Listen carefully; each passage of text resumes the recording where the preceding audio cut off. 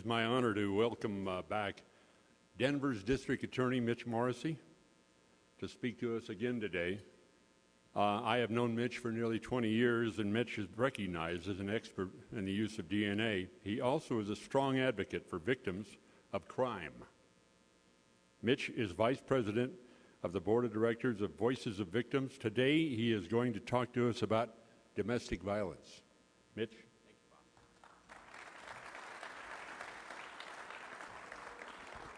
I want to thank you for having me. I know that Dale Tooley was a member of this club, and he was one of the finest DAs that we had.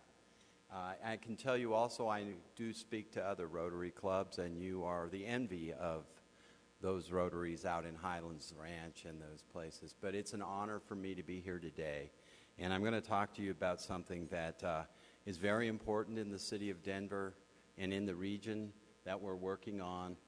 And when they get this set, we'll roll. I also want to thank Harry Arkin, who I see is here. I've made a presentation of this to a foundation that he runs, and he gave us some help. So, Harry, I want to thank you. The Rose Andom Center is something that we are in the process of building, and we're in the middle of a capital campaign. And really what it is about is it's the next step in fighting domestic violence in our city and in our region.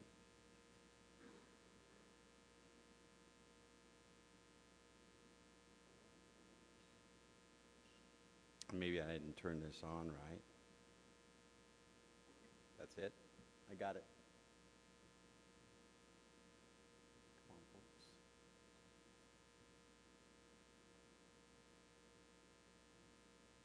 Domestic violence is not arguments that escalate out of control.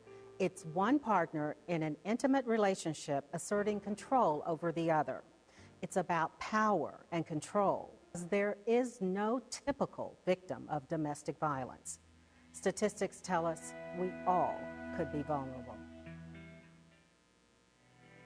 Domestic violence is an escalating pattern of abuse in which one partner establishes control through force, intimidation, or the threat of violence.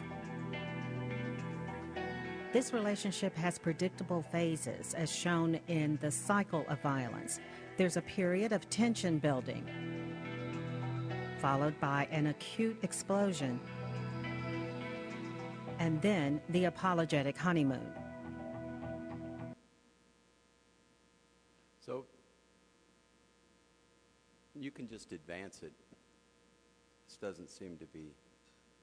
There you go.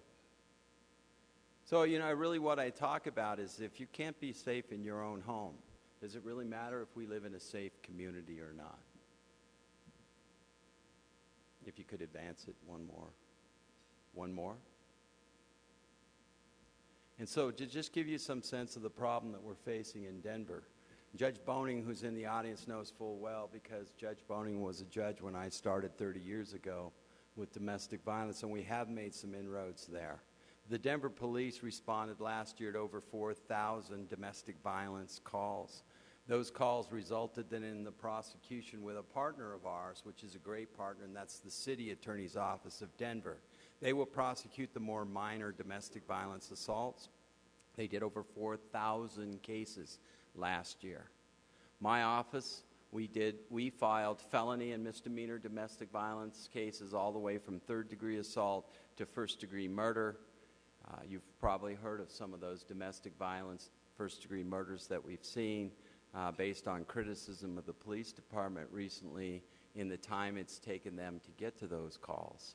We've done over 1,800 of those last year, and the city attorney did over 1,800. We did over 740, and of course, ours involved broken bones, choking, homicides, those types of cases. If you could advance it. The National Intimate Partner in Sexual Violence Survey finds 1 in 4 women and 1 in 7 men will experience severe physical violence by an intimate partner at some point in their lifetimes. Go ahead and advance it, please. So we know that it has an impact on all of us, and one of the biggest impacts that we have is on children. I was talking about building this center with a friend of mine who is a judge out in Arapahoe County, and I talked to him about the impact that it has on kids and why we were building this center and what was important about it. And when it got done, I could tell he's a little different. And he said, I said, the reason I work so hard on this is that kid that at night is hiding in the bathroom listening to his father beat up his mother, and that terror that child goes through. And he turned to me, 60-some-year-old man, he said, Mitch, get the center built because I'm one of those kids. He said, I used to listen to my father, who he goes and visits after we get done playing tennis on Saturdays, who's in his 90s. He said he would just beat her, and she'd cry for help. And when I'd go to try to get a neighbor, he'd come after me. And he said, so get the center built because I'm one of those kids. And we know that this center will have a big impact on kids that are trapped in these domestic violence situations and really the true innocent victim of that. Please advance it.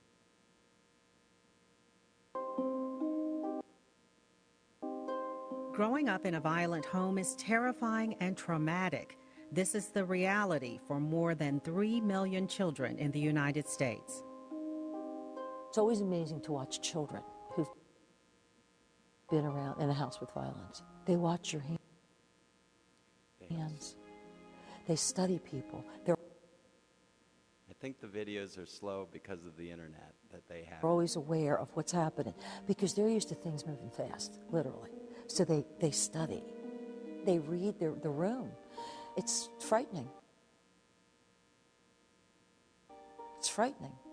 It occupies a lot of their little brains when they could be doing other things.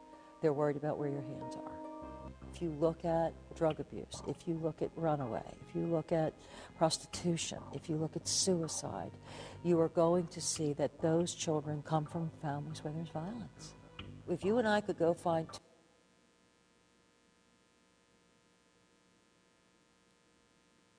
Basically what she says, if you go out to a runaway shelter and you 200 runaways right now, you will find that all of them fled violence. all those kids have fled violent homes. So the impact that this has on kids is the ones that can't run just have to face it. And the ones that do run end up on our streets because home is not safe. All of them. You can go ahead and advance it. Go one more, please.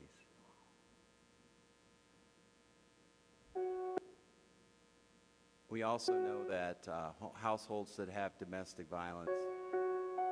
The harsh reality is a home with domestic violence is a threat to all It's a threat to everybody in the home.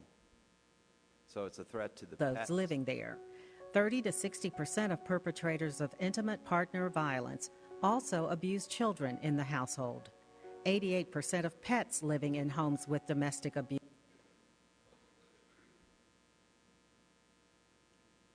You can go ahead. are either injured or killed. So we know there is a direct connection between people that abuse animals and people that engage in domestic violence. Go ahead. We'll see if this one will play.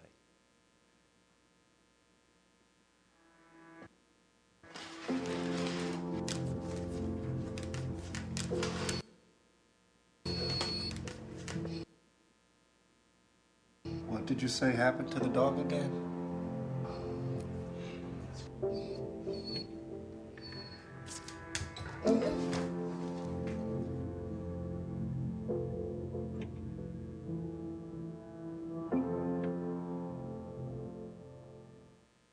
And again, the theme is that we know this is going on in our homes, in our community. And, really for Denver to be the kind of community it needs to be, this is a problem that we need to address. I was lucky enough to be hired by Norm Early 30 years ago, and we started to address domestic violence in a different way. There was a time when the Denver Police Department would respond to a domestic violence call and cool everybody off and say, walk around the block and leave. That didn't work. In fact, you got criticized as a police officer if you arrested someone on a domestic violence call if somebody didn't go to the hospital. We changed that. I tried murderers, domestic violence situation where they had what would have been today multiple felony offenses against the woman that they supposedly loved. But because of the way we did things in the past in this city and in this state, there was never even a felony charge brought. So the good news is we've changed that. And we do a lot around domestic violence. And the Rose Andom Center is the next step in that process. If you could advance it, please. Go ahead. It presents unique challenges. You could ask Judge Boning how many times he's seen a domestic violence victim take the witness stand and recant and say, I fell down the stairs, that this didn't happen. Remember, these are victims that are tied in to the person that victimizes them. And that causes us unique situations. That causes us very difficult economics, children, all those kinds of things come around this crime. Please advance it. It's an ongoing relationship. Advance it. And there's that fear of retaliation, those threats. What we know is a victim of domestic violence will probably be victimized 11 times before they have the courage to call the police. That's going on a lot, and we know it's very, very unreported with threats of retaliation. If you could advance it. So those are the challenges, and that's the new approach that we have, that we're facing. Go ahead. Recidivism, we know that 76% of women are killed by their abusers. They've been stalked prior to their murders. And these are cases that oftentimes just start out as a city case. And within days, the Denver Homicide Unit is responding, and it's a murder case. We've seen that recently with a young woman that taught fifth graders out in Adams County. She was killed up by Congress Park. And as soon as the individual got out on the city charge that he was charged with, he proceeded over there with a gun and killed her on her way to work that morning. If you could advance it, please. So this is the idea. Imagine one place where victims of crime, victims of domestic violence can go. Go ahead. One place with answers. Go ahead. With hope. Go ahead. Just go ahead and do all three of them. There you go. One more. All right. So it's a place where victims can be heard, and it's really a victim-centric place.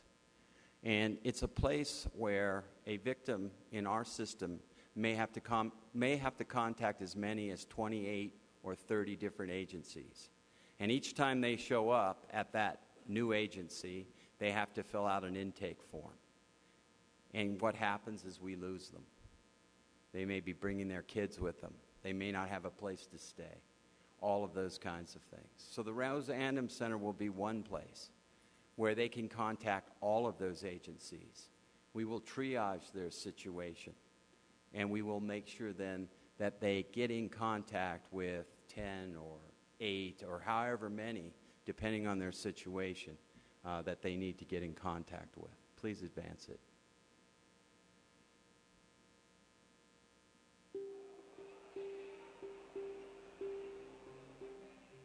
In 2002, I received probably the most unspeakable phone call. My sister had been shot. It was a murder-suicide. She had been experiencing domestic violence. From that moment forward, I realized we've got to find a better way to help victims of domestic violence in Denver. Come on in, have a seat. Service providers take it for granted that we know what services are out there. We hear repeatedly from victims that they have a very hard time figuring out where to go for help and how to find resources and what's safe.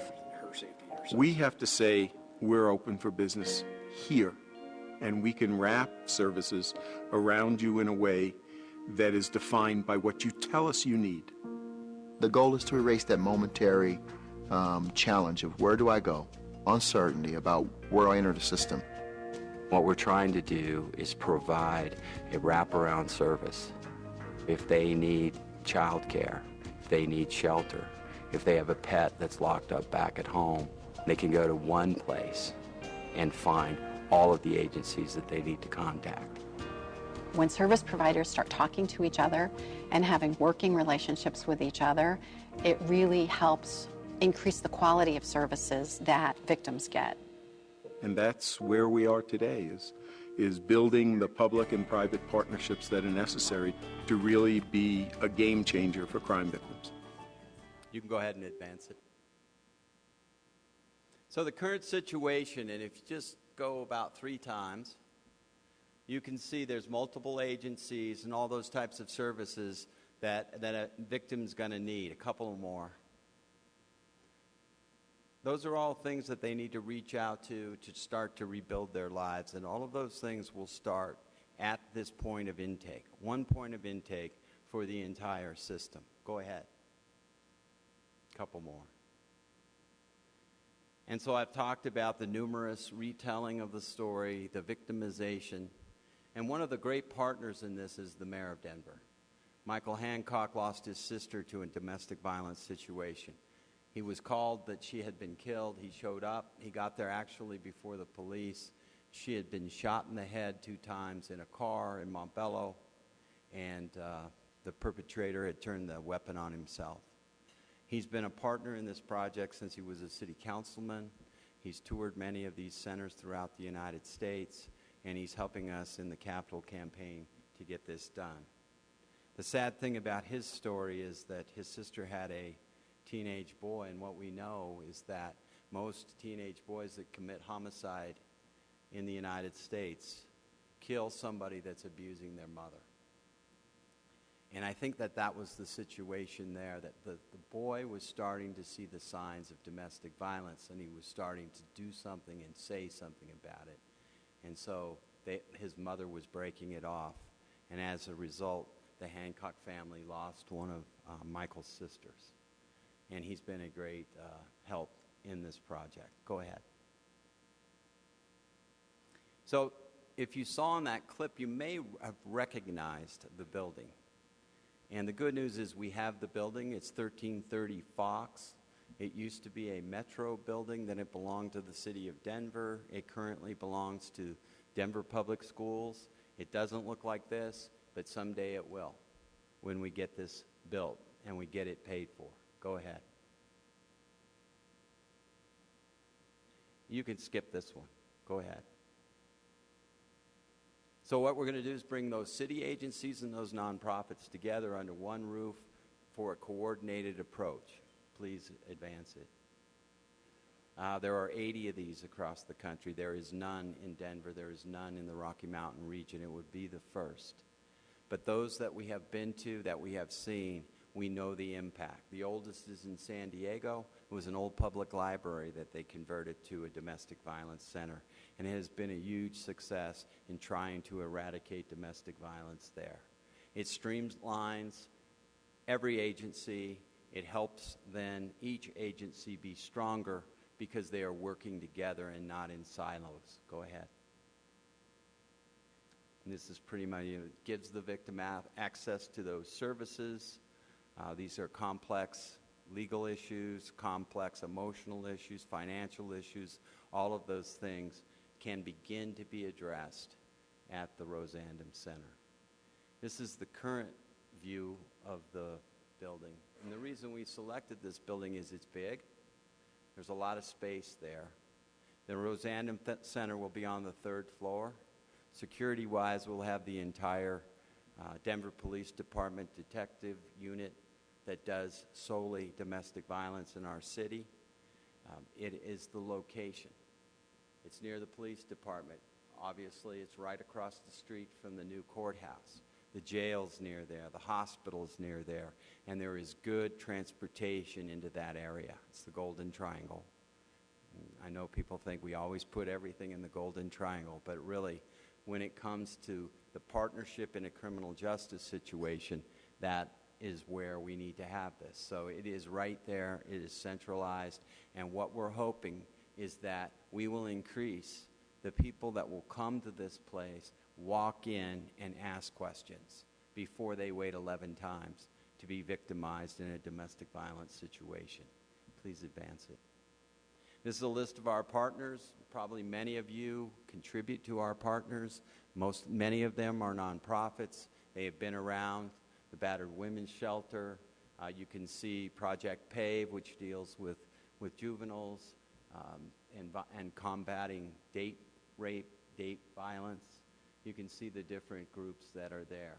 This partnership is built. We meet now. We just do not have the center that we need to advance this work. Please go ahead. So we're in the middle of a capital campaign, and we have the building. And a big part of what we were trying to raise was to get that building. We've raised about $8 million. We've gone to the usual suspects in Denver. You all know who they are. You know the foundations, and they have given us generously. But what we need is a broad range of support. Our message is this, that Denver will not tolerate domestic violence. And we want the broadest range of support from everybody that can help us, from companies, and we've had great support. Aero Electronics, Comcast, those types of folks have stepped up. We have Oz Architecture. They have done the drawings for us. Melander White just recently came on board as our general contractor. We've started to talk to the subs. And of course, we're trying to do this and save as much money as possible. But we will get this center open by the end of the year, sometime early next year. Please advance it. Police department, I talked about the location. Nice thing is the first floor, there's parking, 68 places. And I'll tell you, in the Golden Triangle, having worked there for 30 years, parking is, like anywhere in Denver, very important. But we can secure that parking. If you go by that building, you'll know what we're talking about. That whole first floor, and the gates can come down. That parking can be secure, and that's extremely important. It's a large building. The Andom Center will only be housed on the third floor. Go ahead. And this is the goals, the outcomes that we're hoping and know that will, by better efficiency, we'll have better outcome. We'll see in the criminal justice system more successful prosecutions because we won't lose those victims back to that situation where they oftentimes then become victims of homicides. Be able to see sanctions, those type of things for the individuals involved. And obviously the goal is to stop this now so it doesn't advance into the next generation, the next generation, and the next. When I talk about this program, I can look out in the audience, Leadership Denver a few months ago, and I saw a young man's head drop, and I knew exactly what was going through his mind as I talked about kids and women, men, everybody that's victims of domestic violence. I could tell he was a survivor based on that. Go ahead. So that's it. We're trying to end the cycle, and there's one more, and hopefully this video will play.